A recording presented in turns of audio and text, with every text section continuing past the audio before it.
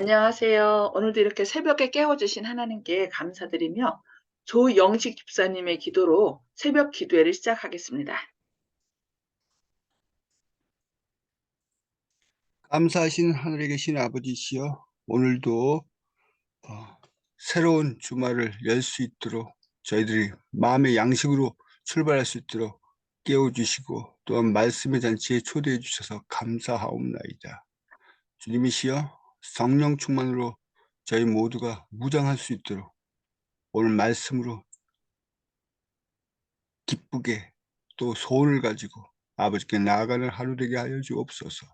성령 하나님의 인도하심을 조차 아버지 여호와 하나님께 예수 그리스도의 이름으로 기쁜 마음으로 기도 올리옵나이다. 아멘. 아멘. 네, 감사합니다.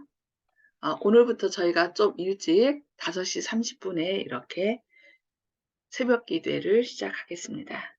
함께 참석해 주신 분들께 감사드리고요.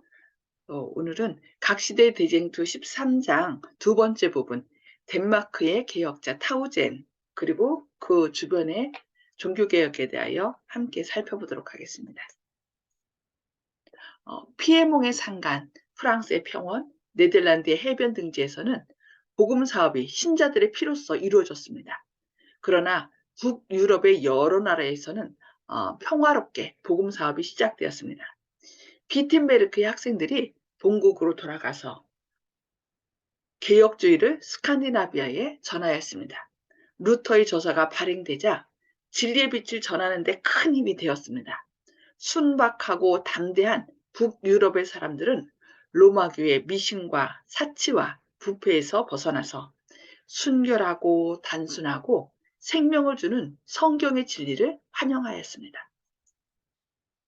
덴마크의 타오제는 농부의 아들이었습니다. 그는 어려서부터 강한 지력의 소유자임이 입증되었고 교육을 받고자 갈급하였습니다. 그러나 부모의 환경 때문에 그 일이 용납되지 못하였으므로 그는 수도원으로 들어갔습니다. 거기서 그는 부지런하고 성실하고 순결한 생애를 하였기 때문에 수도원장의 총애를 입게 되었습니다.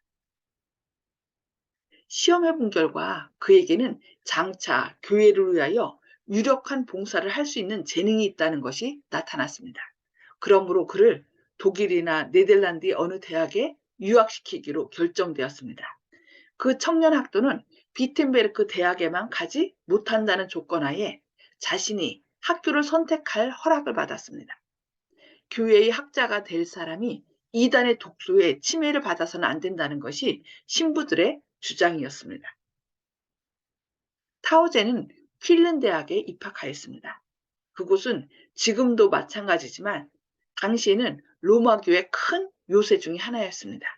그런데 그는 거기서 얼마 되지 아니하여 학생들의 신비설의 염증을 느끼게 되었습니다. 거의 같은 시기에 그는 루터의 저서들을 얻게 되었습니다. 그는 놀람과 기쁨으로 그 저서들을 읽고 그 개혁자의 가르침을 직접 받고 싶은 욕망을 절감하게 되었습니다. 그러나 이와 같이 하게 되면 그는 수도원의 원장을 배반하게 되고 자기의 생활비도 끊어지는 위험을 면할 수 없었습니다. 그러나 그는 즉시 결심하고 얼마 후에 비텐베르그 대학에 등록하게 되었습니다. 덴마크에 돌아가자마자 그는 다시 수도원에 들어갔습니다. 아무도 그가 루터파가 되었다는 것을 의심하지 않았습니다. 그는 자기의 비밀을 드러내지 않고 동료들의 편견을 일으키지 않으면서 그들을 보다 순결한 신앙과 고상한 생애로 인도하고자 노력하였습니다. 그는 성경을 펴서 그 참뜻을 밝게 해석하고 마침내는 죄인의 의와 구원의 유일한 소망이 되시는 그리스도를 전하였습니다. 로마교의 유력한 옹호자가 될 것을 그에게 기대해온 수도원장은 심히 노하였습니다. 그리하여 그는 곧 그 수도원에서 다른 수도원으로 옮겨졌고 거기서 엄중한 감시하에 홀로 자기 방에만 갇혀 있게 되었습니다. 개혁주의가 덴마크에서 승리함이라는 제목으로 살펴보겠습니다. 그의 새로운 감신들이 깜짝 놀라게도 그 수도원에서는 몇 사람이 개신교로 전향했노라고 자발적으로 선언하였습니다. 독방에 갇혀있는 타우젠이 창틈으로 동료들에게 진리의 지식을 전하였던 것입니다.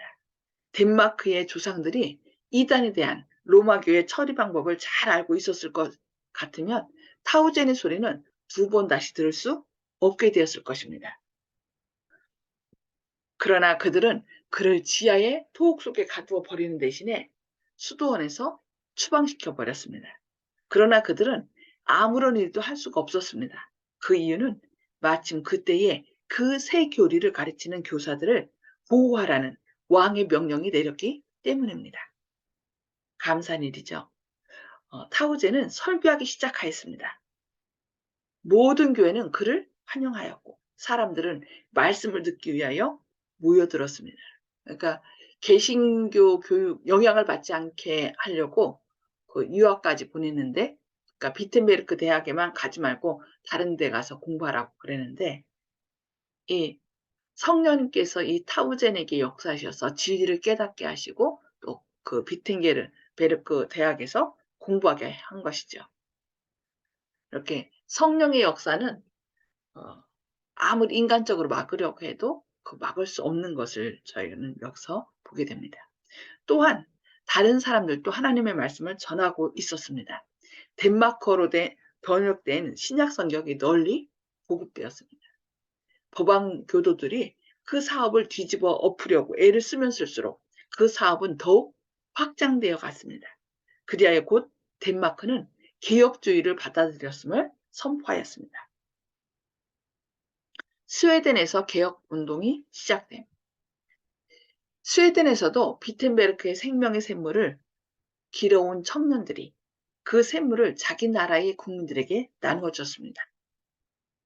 스웨덴의 종교개혁 운동의 큰 두 지도자 울라프 페트리와 라우렌티우스 페트리는 오레브로의 대장장이 아들들로서 루터와 멜라니톤의 문화에서 배우고 그 배운 진리를 열심으로 다른 사람들에게 가르쳤습니다. 올라프도 루터처럼 열성과 웅변으로 사람들의 마음을 각성시켰고 티우스는 멜라니톤처럼 학식이 있고 생각이 깊고 침착한 인물이었습니다. 두 사람이 다 독실히 믿을 뿐 아니라 신학에 정통하였고 진리를 전파하는 데 있어서 확고한 용기를 가지고 있었습니다. 법안 교도들의 반대는 조금도 감수되지 않았습니다. 하나님께서는 이렇게 하나님의 사업을 하는 일에 부족한 사람들을 서로 협력해서 한 사람은 담대하고 한 사람은 또 침착하여서 서로를 어떻게 해요? 부족한 점을 채우게 하고 이렇게 일하게 한 걸 볼 수 있습니다. 카톨릭의 신부들은 무지하고 미신적인 사람들을 선동하였습니다. 올라프 페트리는 자주 폭도들에게 필습되어 간신히 생명을 건진 적이 여러 번 있었습니다. 그러나 그 개혁자들은 왕의 사랑과 보호를 받았습니다. 당시의 사람들은 로마교의 통치하에 빈곤의 깊은 구렁텅이에 빠져 있었고 압박으로 눌려 지냈습니다. 그들은 성경을 가지지 못하였습니다. 그들은 마음에 아무런 빛을 주지 못하는 상징과 의식만으로 된 종교를 믿음으로 이교되었던 그들의 선조들이 믿었던 그 미신적 신조와 이교적 생활로 차츰 돌아가고 있었습니다. 빛이 계속 주어져서 그 빛을 따라가야 되는데 성경을 읽지 못하였기 때문에 그런 것이죠. 국민들은 서로 분쟁하는 당파를 지어 나누어졌고 투쟁으로 모든 국민은 더욱 불행하게 되었습니다. 그러므로 왕은 국가와 교회에서 개혁을 하려고 결심하였습니다. 그는 로마교와 싸우기 위하여 그 힘있는 조력자들을 환영하였습니다. 스웨덴의 군주와 지도자들 앞에서 올라프 페트리는 로마교의 지지자들을 대항하여 개혁주의의 교리를 큰 능력으로 옹호하였습니다. 그는 로마교의 교부들의 교훈이 성경과 일치할 때에만 받아들여야 한다고 주장하고, 신앙상의 중요한 교리가 성경에 분명하고 단순하게 게시되어 있으므로 누구든지 그 교리를 이해할 수 있다고 역설하였습니다. 그리스도께서는 내 교훈은 내 것이 아니요 나를 보내신 이의 것이라고 하셨습니다. 바울도 우리가 너희에게 전한 복음 외에 다른 복음을 전하면 저주를 받을지어다 라고 하였습니다. 그러므로 누가 감히 참남되이 임의로 교리들을 제정하여 그것들이 구원의 필수적인 것들이라고 하여 강제로 지키게 할 수 있을 것인가 라고 그 개혁자는 말하였습니다. 또한 그는 교회의 법령도 하나님의 명령과 위배될 때는 아무런 권위가 없음을 보여주었습니다. 그리하여 그는 개혁주의의 대원칙, 성경, 오직 성경만이 신앙과 행위의 유일한 표준임을 역설하였습니다. 그렇죠. 오직 성경만이 신앙과 행위의 유일한 표준임을 우리는 이들처럼 꼭 기억해야 되겠습니다. 개혁주의의 보루가 된 스웨덴, 스칸디나비아 반도에 있었던 스웨덴, 덴마크, 네덜란드 그 다 나라에서 이렇게 종교개혁자들이 계속 일어나서 개혁한 것을 저희가 지금 역사를 통해서 보고 있습니다. 이 논쟁은 다른 것에 비하면 아주 작은 규모였으나 그것은 개혁자 측에 어떠한 계층과 사람이 속해 있다는 것을 우리에게 밝히 알려주고 있습니다. 그들은 무식한 무리들이 아니었습니다. 그렇다고 그들은 종파심이 강렬한 사람들도 아니었고 논쟁하기를 좋아하는 사람들도 아니었습니다. 그런 사람들과는 전혀 다른 사람이었습니다. 그들은 하나님의 말씀을 연구한 사람들이었고 성경이 공급해주는 무기를 잘 사용할 줄 아는 사람들이었습니다. 학문적인 면에서 그들은 시대의 선두에 서 있었습니다. 비텐베르크, 취리 등과 같은 훌륭한 중심지 혹은 루터, 멜라니톤, 즈빙글리, 에콜람 파디우스 같은 인물들에만 주의를 집중하게 되면 우리는 그와 같이 주도적 역할을 한 장소나 인물들에게만 큰 능력과 수학을 기대하고 그 외의 장소나 사람들은 별반 생각하지 않는 경향이 있습니다. 그렇다면 이제 스웨덴의 무대로 눈을 돌려 올라프와 라우젠티우스 같은 미미한 이름, 곧 스승들에게서 제자들에 이르기까지 한번 훑어봅시다. 거기서 우리는 무엇을 발견할 수 있죠? 학자와 신학자, 복음의 진리의 전 체계를 완전히 이해한 사람, 학파의 학자들과 로마교회 주교들을 쉽게 정복한 사람들을 발견하게 될 것입니다. 그 논쟁의 결과로 스웨덴의 왕은 개혁주의를 받아들이게 되었고 얼마 후에 국회가 개혁주의에 대하여 찬성의 뜻을 선언하였습니다. 신약 성경은 올라프 페트리에 의하여 스웨덴어로 번역되었으며 왕의 희망에 따라 그 두 형제는 성경 전편의 번역에 착수하였습니다. 그리하여 스웨덴의 국민들은 비로소 자기 나라의 말로 된 성경을 가지게 되었습니다. 또 국회는 성직에 있는 사람들이 국내의 어느 곳에서나 성경을 설명할 뿐만 아니라 학교에서도 학생들에게 성경 읽는 법을 가르쳐 줘야 한다고 규정하였습니다. 점차적으로 그러나 확실히 무지와 미신의 암흑은 복된 복음의 빛으로 말미암아 사라져가고 있었습니다. 로마교의 압박에서 해방된 그 나라는 지금까지 일찍이 경험하지 못한 힘과 위대성을 소유하게 되었습니다. 스웨덴은 개신교의 한 보루가 되었습니다. 1세기 후 비상한 위험이 다가왔을 때 스웨덴은 일개의 작은 나라일지라도 30년 전쟁의 치열한 싸움을 치르고 있는 유럽에서 독일을 구원한 유럽에서의 유일한 나라가 되었습니다. 하나님께서는 하나님을 사랑하는 사람들을 통하여 이렇게 복음의 빛을, 진리의 빛을 계속 이어나갔고 또 스칸디나비아 반도, 아까 덴마크와 이런 스웨덴에서 이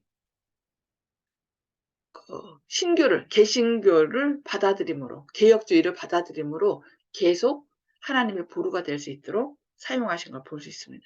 그리고 우리가 지금 뭐 루터나 칼빈, 쯔빙글 이런 사람들은 이름을 기억하지만 그 외의 사람들은 많이 기억하지 못하잖아요. 그러나 그들이 계속하여 그 일을 했다는 거. 그러니까 우리의 이름 또한 다른 사람들이 알아주지 못한다 할지라도 우리가 그 빛을 받아서 계속 전한다면 우리도 하늘의 별과 같이 빛날 수 있도록 하나님께서 세상 사람들은 모르지만 정말 온 우주에서 하나님께서 우리를 드높일 것입니다.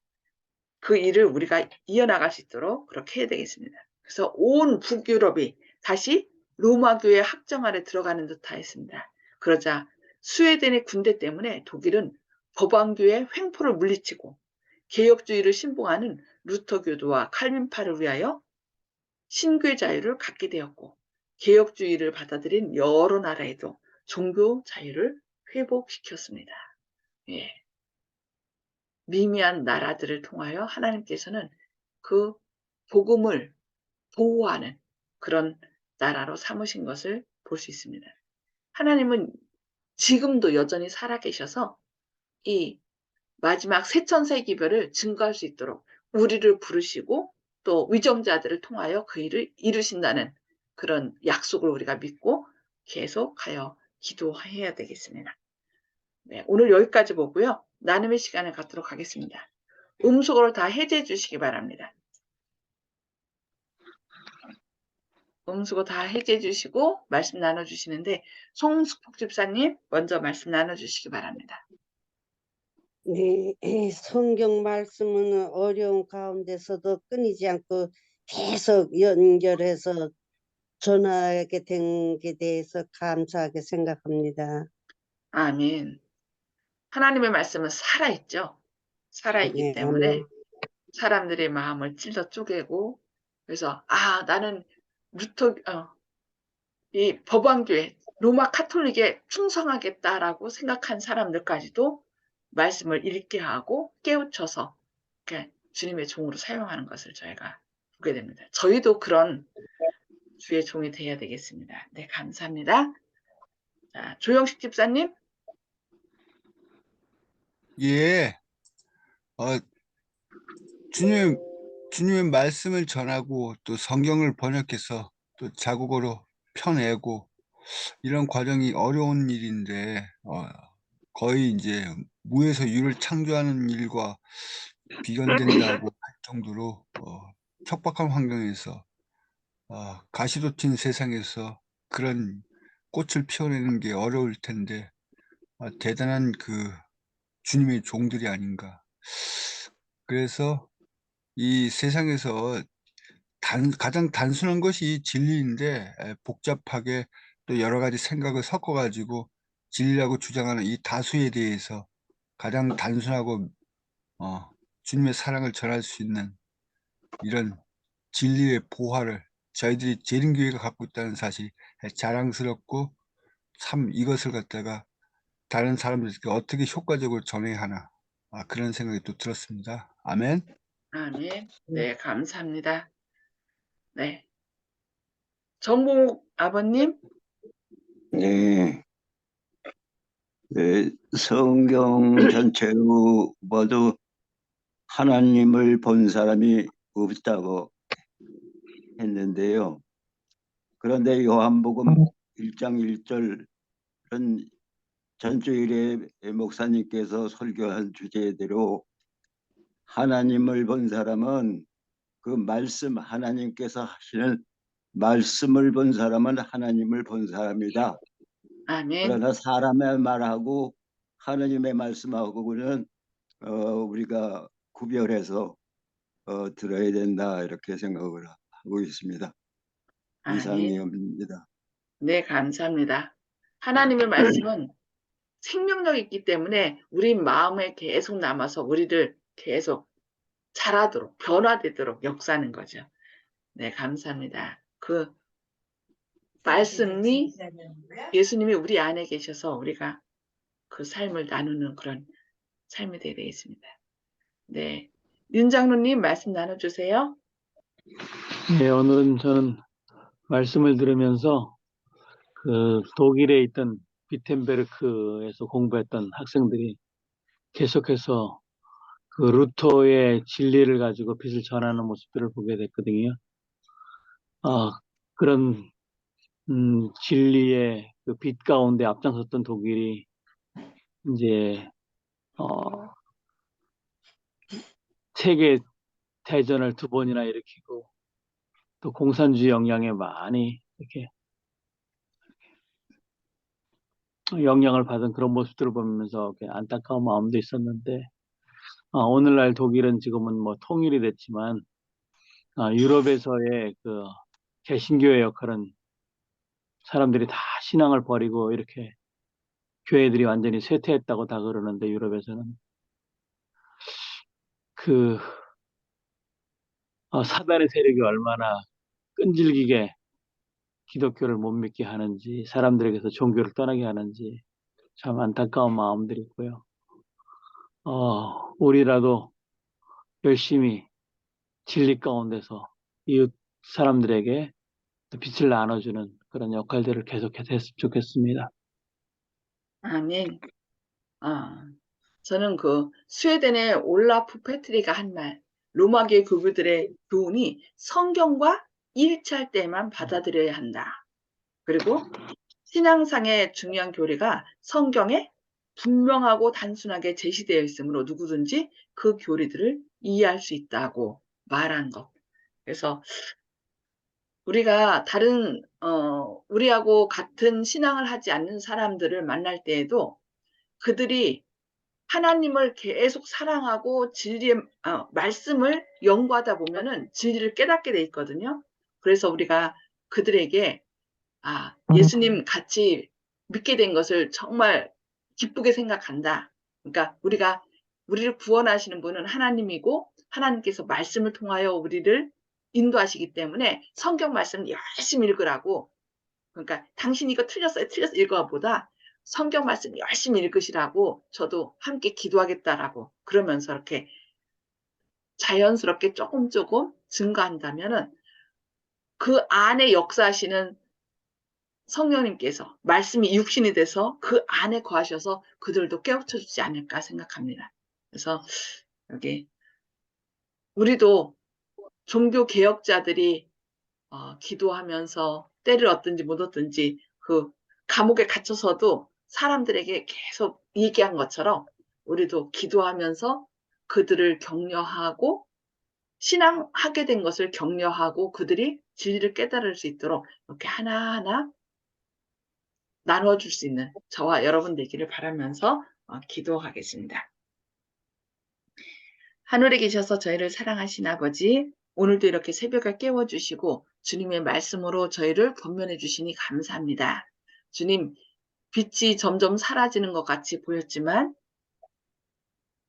종교개혁자들이 열심히 말씀을 또 자국어로 번역하고 또 저서를 써서 나눠줌으로 많은 그것을 배운 학생들과 또 사람들이 다시 진리 안에 서게 하고 또 그들이 다시 또 빛을 전하고 이렇게 하여서 오늘날 저에게까지 이렇게 진리의 빛이 전해진 것을 인하여 감사하게 생각합니다.